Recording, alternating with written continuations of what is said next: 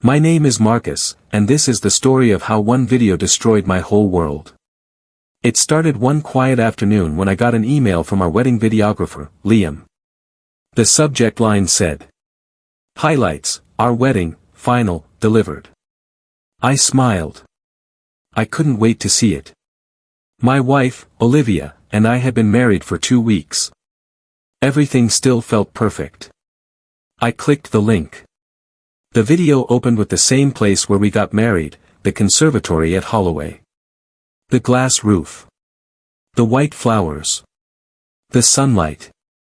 It was all there. Then I saw Olivia. She was in her white dress, walking down the aisle. But the man waiting for her at the end wasn't me. At first, I thought my eyes were playing tricks on me. I leaned closer to the screen. The man smiled at her, and she smiled back, the same smile she used to give me. Then they kissed. Not a small kiss. A long, real one. My hand started shaking. I watched again, hoping I had clicked the wrong video. No. It was the same one. The same wedding hall, same music, same decorations, everything the same, except the groom. My chest hurt. I couldn't breathe. I called Olivia. She didn't pick up. I called Liam. He answered on the second ring. "Hey, Marcus. You got the file okay?" he said, happy. "Who is that man?" I asked. "What do you mean?" he said. "That's your highlight video." "No, it's not." I shouted. "That's not me. That's another man." There was a pause. Then he said, "Oh, maybe my assistant sent the wrong file. I'll check." I hung up. My phone slipped from my hand and hit the floor. I sat on the couch, staring at the screen. In the video, Olivia danced with the man. She laughed, her head on his shoulder. The same laugh I knew by heart. I watched until the video ended, and I felt like something inside me had died. That night I didn't sleep. I watched the video again and again. Each time it hurt worse. The next morning, I opened the file details. It said the video had been uploaded from an email called olivia.proofs@bellmeyer.com. That was her work email. She worked at Bellmeyer Marketing. The upload time was 6:12 a.m. Liam's system sent files out automatically later that afternoon at 3:03 p.m. That meant someone had replaced my real wedding video with this one on purpose. Not by accident. On purpose. Someone wanted me to see it. Someone wanted to hurt me. And that someone was Olivia. Liam texted later that day.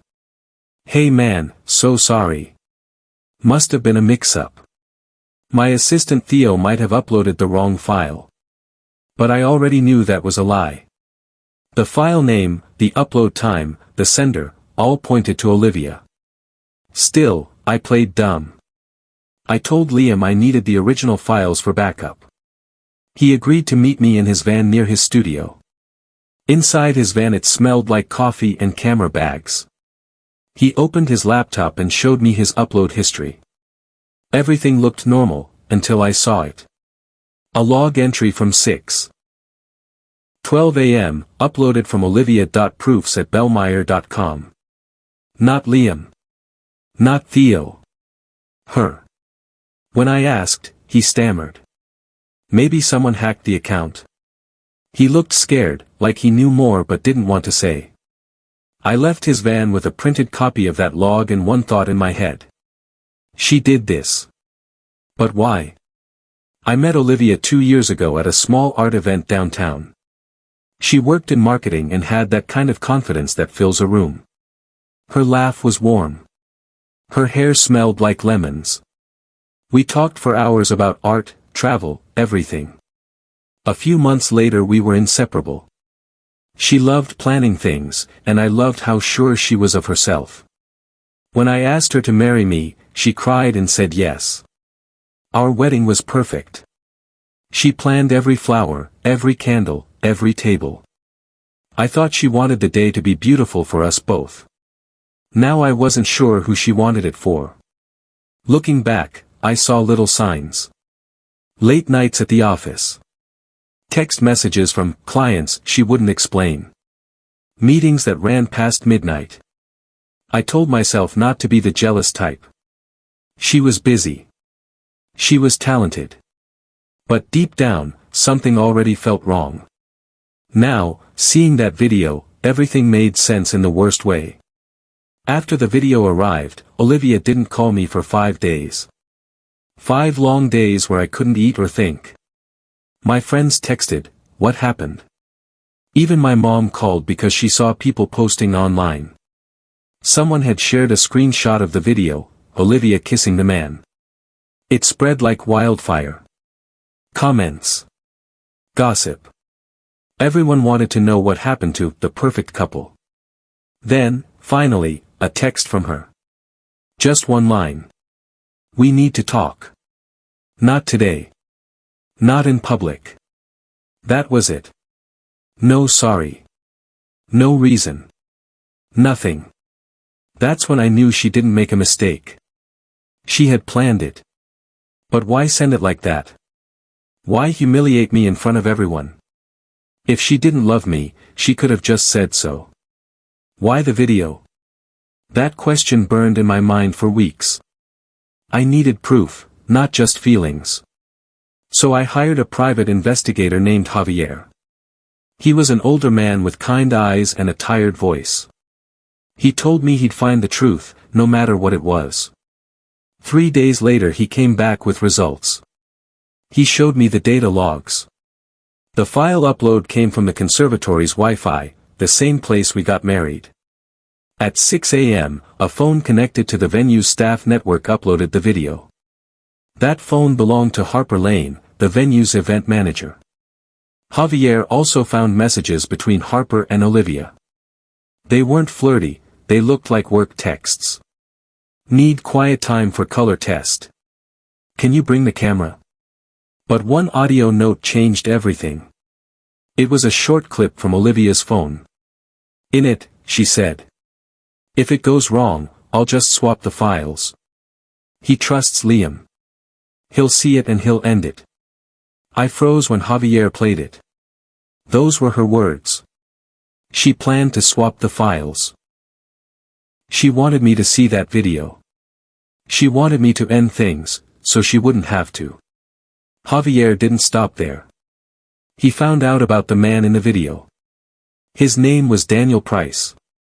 He was a product director at a big company, the same company Olivia was trying to get as a client for her agency. Olivia had been working with him for months. They had business dinners, meetings, late-night brainstorms. But it wasn't just work. Olivia wanted to impress Daniel's company so she could get a big promotion. They were looking for clean, family-friendly, brand faces, people who looked perfect together. Being married helped her image, but being married to me wasn't part of her future plan. Daniel offered her something, money, power, a way up. She offered him something back. And when she decided she didn't want to be married anymore, she found an easy way out: make me end it. Show me what she was doing, without having to confess herself. That's why she replaced the file. That's why she stayed silent. She didn't want a fight. She wanted escape. She chose betrayal over honesty. The night Javier showed me the audio, I didn't sleep. I sat on my couch, the blue glow of the paused video still on my screen. Her voice kept playing in my head. "If it goes wrong, I'll just swap the files. He trusts Liam. He'll see it and he'll end it." That was her plan. She didn't want to confess, didn't want to be the bad guy. She wanted me to destroy myself for her. By morning, something in me broke, but another part hardened. The love I had for her turned into something else. Not hate. Not yet. Something colder. Like when you step outside in winter and the air hurts your face. I decided to see her. Not text. Not call. Face to face. She agreed to meet that evening. Her message was short. 7 p.m. at the park near Holloway. The same park where we took our wedding photos. When I got there, the sun was setting. She was already waiting on a bench, wearing the same beige coat she wore the day we said our vows. For a second, she looked like the woman I fell in love with. Then she looked up, and I saw guilt behind her eyes. "Marcus," she said softly. I didn't answer. I sat beside her, leaving space between us. "I know what you saw," she whispered. "It wasn't supposed to." I cut her off. "You swapped the files." She froze. "What?" "I know, Olivia. Don't lie. You used your work email. I saw the logs. And the audio." Her eyes went wide. You listened to it?" "Yes. Every word." For a long moment, she said nothing. Then, her voice cracked. "Marcus, I didn't mean for it to get out of hand. I just didn't mean to ruin me. I said. Didn't mean to make me watch you kiss another man." She looked down. "It wasn't supposed to go public. It was just meant for you." That made me laugh, a small, bitter sound. "So you humiliate me in private, not public. That makes it okay?" Tears rolled down her cheeks. "I just wanted you to end it. I thought you'd hate me and move on." "Then you succeeded," I said, standing up. "But I'm not the one who's going to move on." Over the next week, I kept digging. Javier helped me quietly, I paid him extra. We found out Olivia didn't just cheat with Daniel. She had helped him. Daniel's company was bidding for a huge deal with Bellmeyer Marketing, her firm. If his company won, Olivia would get a promotion, maybe even a partnership. But they needed a personal touch, something that made their relationship look strong, trustworthy. So they became the perfect business couple. The line between business and personal blurred, until there was no line. But that wasn't all. Javier found money transfers. Large ones. Daniel had paid Olivia through a fake consulting company, small amounts at first, then bigger. She wasn't just having an affair. She was selling information. She had been leaking Bellmeyer's client lists and marketing plans to Daniel's team. I stared at the evidence. I felt sick, but not from sadness anymore. From disgust. She didn't just betray me. She betrayed everyone around her. And she thought she could walk away clean. That's when I knew, I wasn't going to cry anymore. I was going to make her face everything she tried to hide. I called Liam, the videographer, again. "Hey man," he said, sounding nervous. "Everything okay?" "I need a favor," I said. "A big one." He hesitated. "What kind of favor?" "I need your help setting up another video. Just one more. I'll pay." He didn't ask questions. Maybe guilt made him say yes. I told him I needed it ready in 2 days. And I gave him a new script. This time, I would be the director. 2 nights later, Olivia texted me again. "Can we meet one last time? To talk things through?" Perfect timing. I said yes. We met at a quiet restaurant she liked, the kind with candles and soft music. When I got there, she looked tired, maybe even scared. I acted calm, polite, even kind. "I don't want to fight anymore," I told her. "You were right. Maybe we weren't meant to last." Her eyes softened. "Marcus. I never wanted to hurt you." "I know," I said, smiling faintly. "Let's just talk. Like adults." We talked for an hour, about our wedding, about how things went wrong. She started to relax. She even laughed once. That's when I said, "I actually brought something. A small surprise." She frowned. "What is it?" I pulled out my phone and placed it on the table. "I thought maybe you'd like to see the final cut." Her face went pale. The video?" "Yes," I said. The right one this time. I pressed play. But what played wasn't the wedding. It was her voice. The audio Javier found. If it goes wrong, I'll just swap the files. He trusts Liam. He'll see it and he'll end it. She gasped, looking around. Marcus, turn that off. People at nearby tables turned to look. But the video kept going, this time showing screenshots of her emails, the money transfers, the texts with Daniel. Then a second screen lit up, Liam's hidden camera, placed across the restaurant, recording everything. Her hands shook. What are you doing? Recording the truth, I said quietly. Just like you did. The next morning, I sent everything, the video, the proof, the transfers, to Bellmeyer's legal department and Daniel's board of directors. And I didn't stop there. I posted a private link to an unlisted YouTube video titled, "The Real Story Behind Olivia Bellmeyer's Perfect Marriage." I didn't make it public, not yet. Just send it to the right people. Her boss. Her co-workers. Daniel's wife. By noon, her company froze her account. By evening, Daniel's company announced a temporary leave for both of them. By nightfall, Olivia called me, crying. Marcus, please, she said through sobs. They fired me. Daniel's gone. My phone won't stop ringing. You ruined me. I took a deep breath. No, I said softly. You ruined yourself. I just showed the world the video you made. Then I hung up. For a while, I felt free. Relieved. But that didn't last. A week later, Javier called.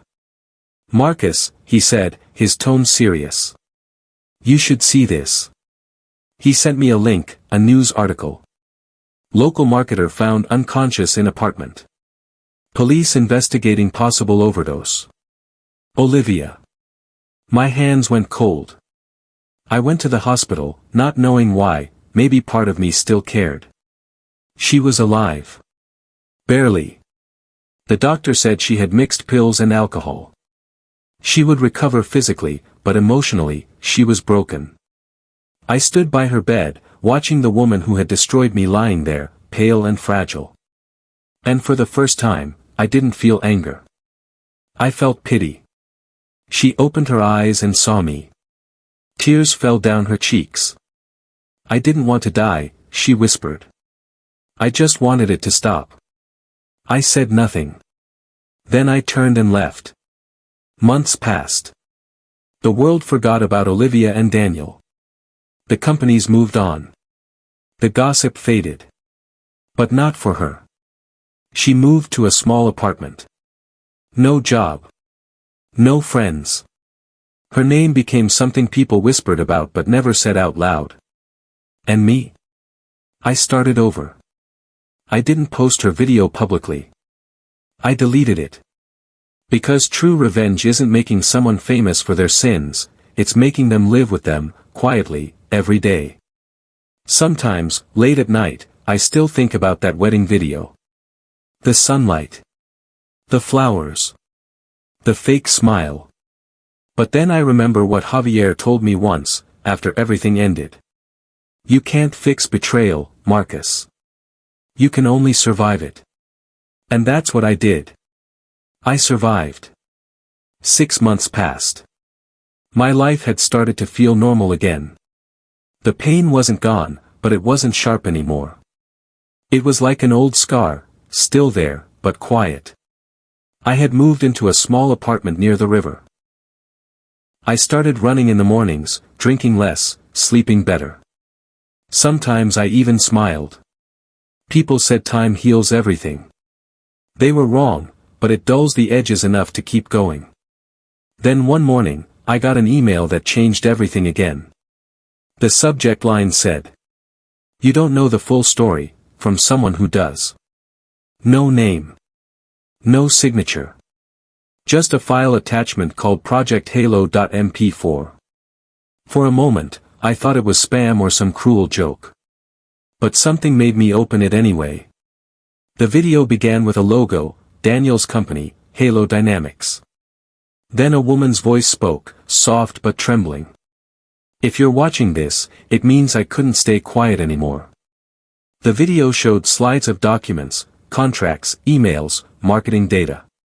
And one phrase that made my blood run cold. Bellmeyer client data integrated into Halo's AI model. It took me a moment to understand. Halo Dynamics, Daniel's company, had stolen Bellmeyer's client data. Every ad campaign, every private file, every customer list. All of it. And Olivia was part of it. But here's the thing, the voice in the video wasn't hers. It was someone else's. At the end, the woman said, "My name is Harper Lane. I was the event manager at the conservatory. I helped Olivia that morning. I thought it was personal. I didn't know it was corporate espionage." Harper. The same woman who helped Olivia swap the wedding files. I sat there for hours, watching the video again and again. Harper had recorded it secretly.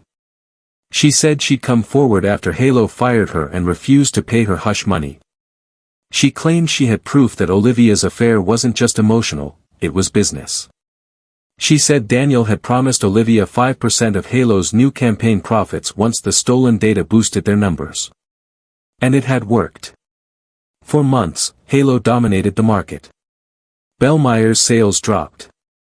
Hundreds of employees lost jobs. Olivia and Daniel hadn't just hurt me. They'd hurt hundreds of people, maybe thousands. I thought my revenge was over. But now it felt unfinished.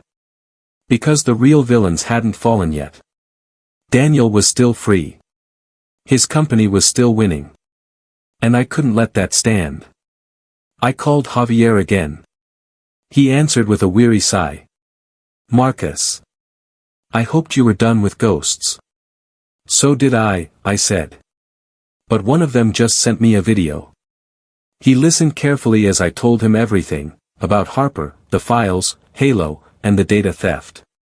When I finished, there was silence. Then he said, "If that video's real, you're sitting on a gold mine of corporate evidence."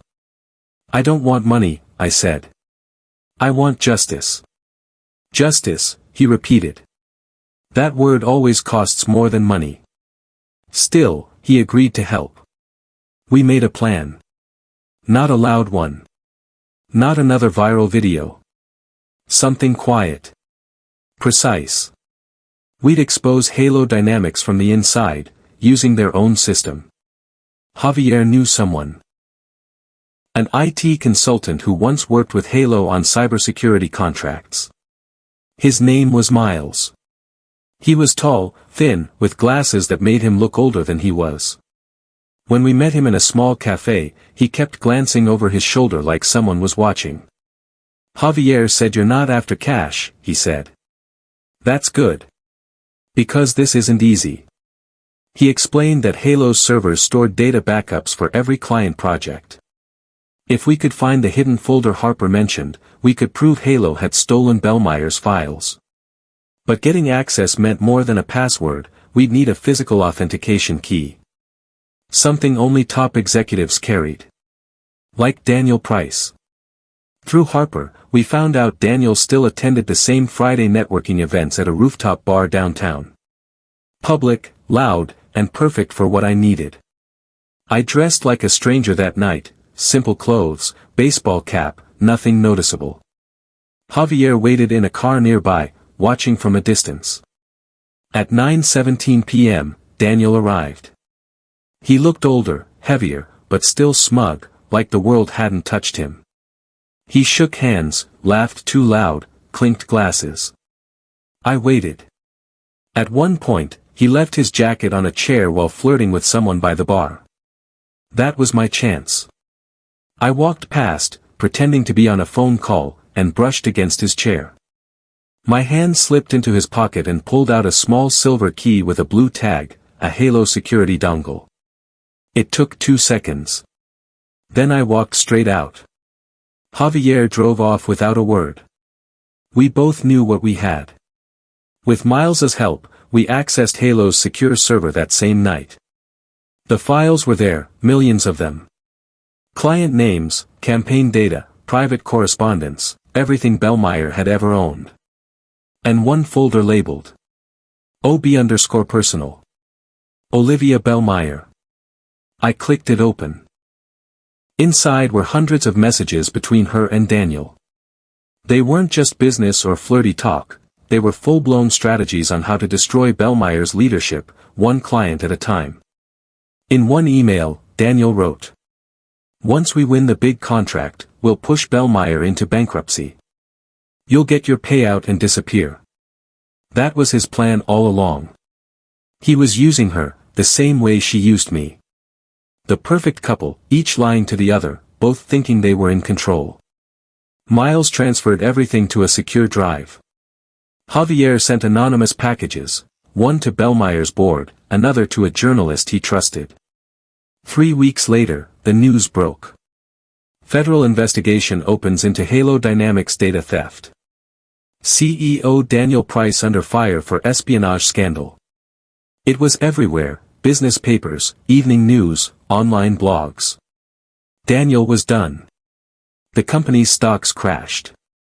People called it the Halo collapse. And Olivia? Her name appeared again, in the court filings.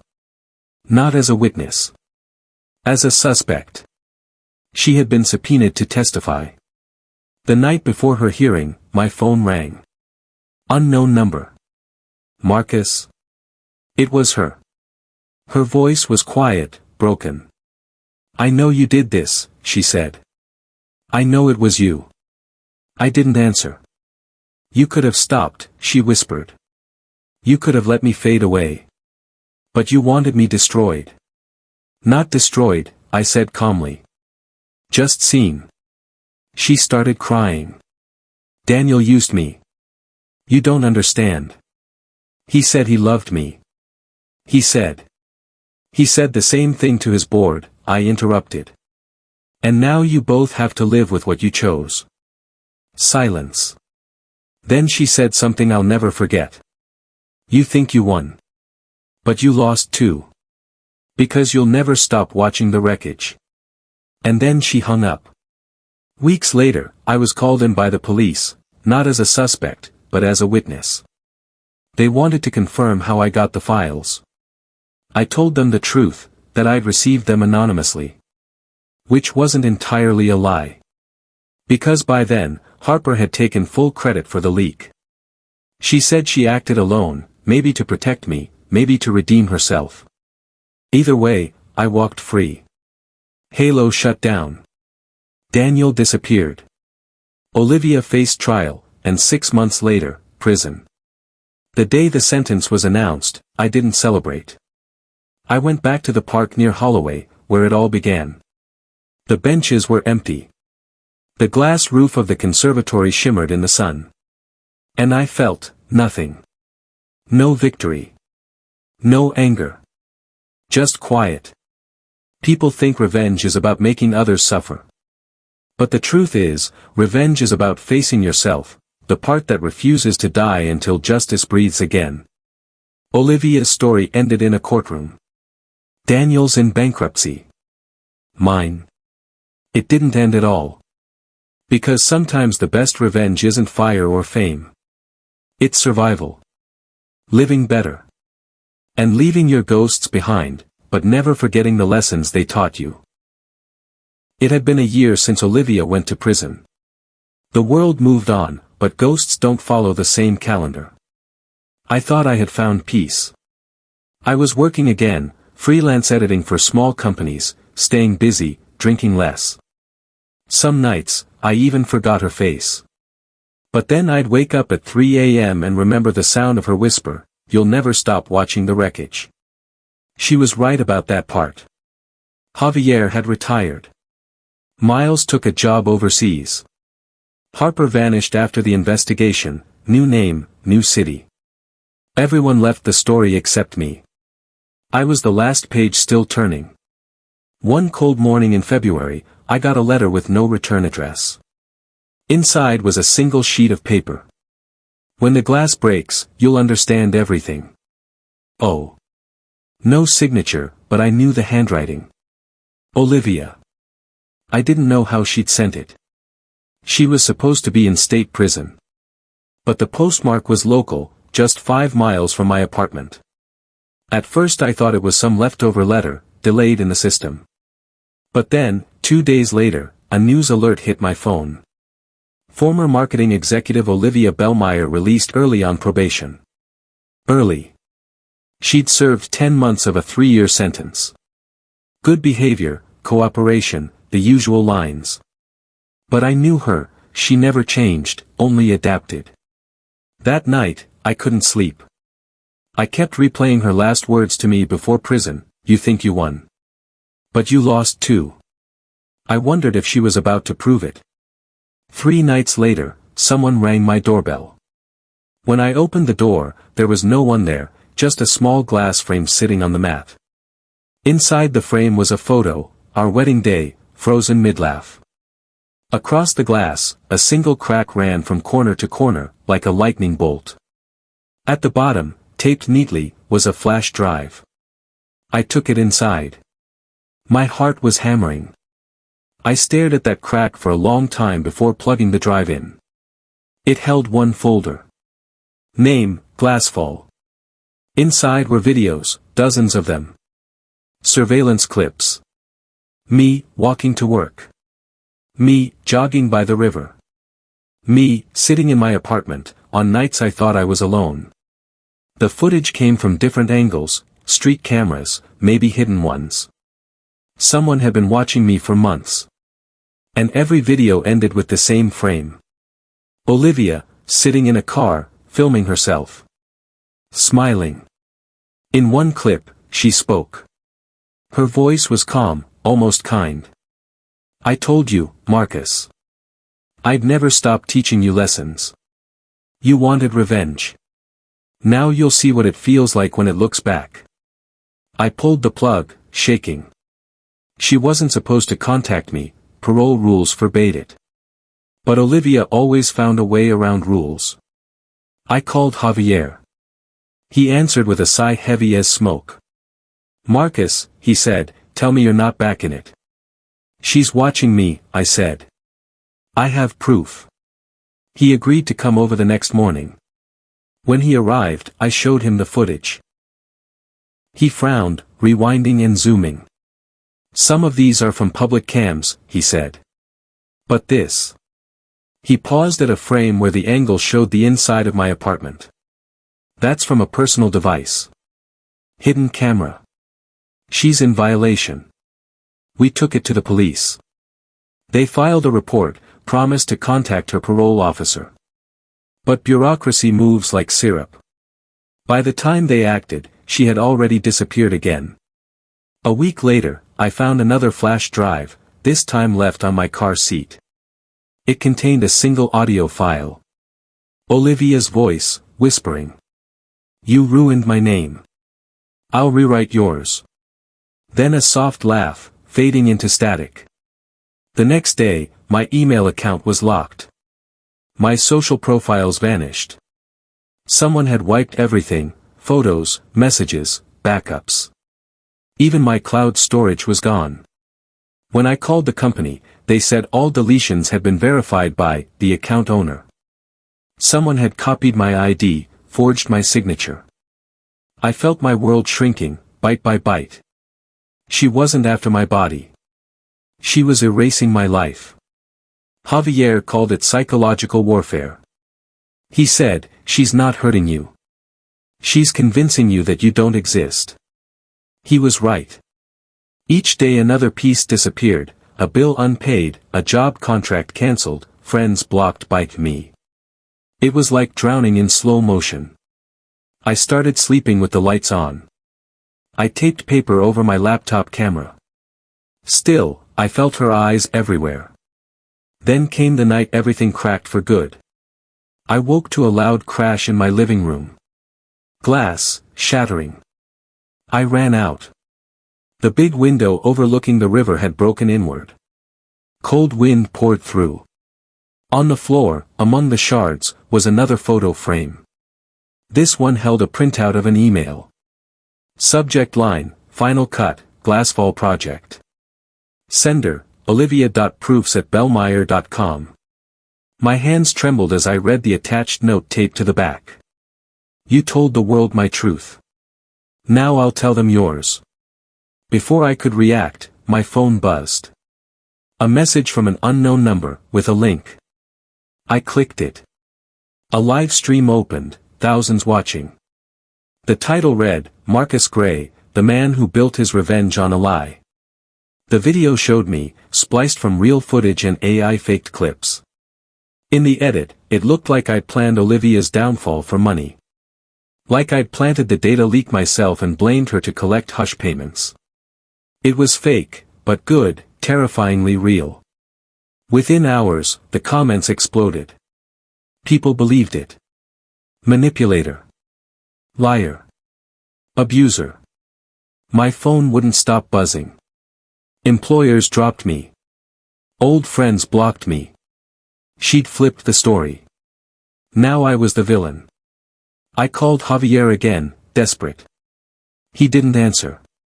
When he finally did, his voice was distant. Marcus, the footage looks real. People are scared to touch it. Even me. Please, I said. You know it's fake. I know, he said softly. But truth doesn't matter online. Only the story does. I hung up and sat there in the dark, staring at my reflection in the broken glass. I realized I was looking at the same thing Olivia had always seen, a man she could turn into a ghost. Days passed like months. The police wouldn't act fast enough. The world forgot me quickly, except for one person. Harper. She called from an unknown number. I saw the stream, she said. I know what she did. Meet me. Tonight. Why help me now? I asked. Because she's not done, Harper said. And you deserve to see the ending before she writes it. We met in the same park near Holloway, under the broken streetlight. She looked older, tired, holding a small envelope. She's been planning this since prison, Harper said. She knew how to use deepfake software. She learned inside. She called it Glassfall, her final cut.